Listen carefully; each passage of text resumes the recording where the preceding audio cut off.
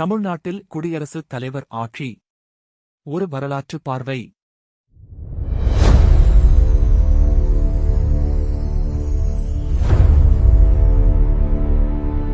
தமிழ்நாட்டில் ஜனநாயகம் தற்காலிகமாக நிறுத்தப்பட்டு நேரடியாக மத்திய அரசு ஆட்சி செய்த காலங்கள் உண்டு தெரியுமா? இந்த நிலையே குடியரசுத் தலைவர் ஆட்சி என்று அழைக்கப்படுகிறது.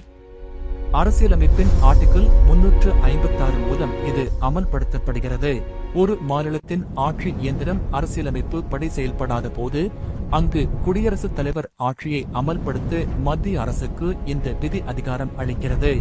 தமிழகத்தில் முதன்முறையாக 1976ஆம் ஆண்டு குடியரசுத் தலைவர் ஆட்சி அமல்படுத்தப்பட்டது. அப்போது ஆட்சியில் இருந்த மு. கருணாநிதி தலைமையிலான திமுக அரசு தேசிய அவசரநிலை பிரகடனத்தின் போது மத்திய அரசால் கலைக்கப்பட்டது. இரண்டாவது முறை 1980இல் நிகழ்ந்தது.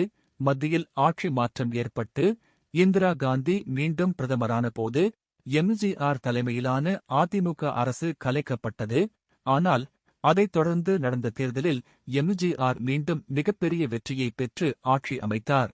1988ஆம் ஆண்டு தமிழக அரசியலில் ஒரு இக்கட்டான சூழல் நிலவியது.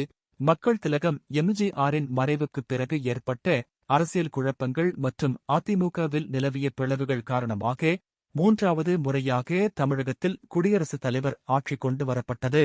நான்காவது முறையாக 1991இல் குடியரசுத் தலைவர் ஆட்சி அமல்படுத்தப்பட்டது.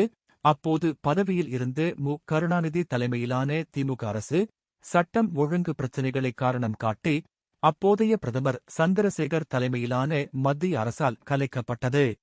1991க்கு பிறகு கடந்த 30 ஆண்டுகளுக்கும் மேலாக தமிழகத்தில் குடியரசுத் தலைவர் ஆட்சி அமல்படுத்தப்படவில்லை என்பது குறிப்பிடத்தக்கது. இது போன்ற வரலாற்று மற்றும் கல்வி தொடர்பான தகவல்களுக்கு தொடர்ந்து நமது சேனலில் இணைந்திருங்கள். நன்றி.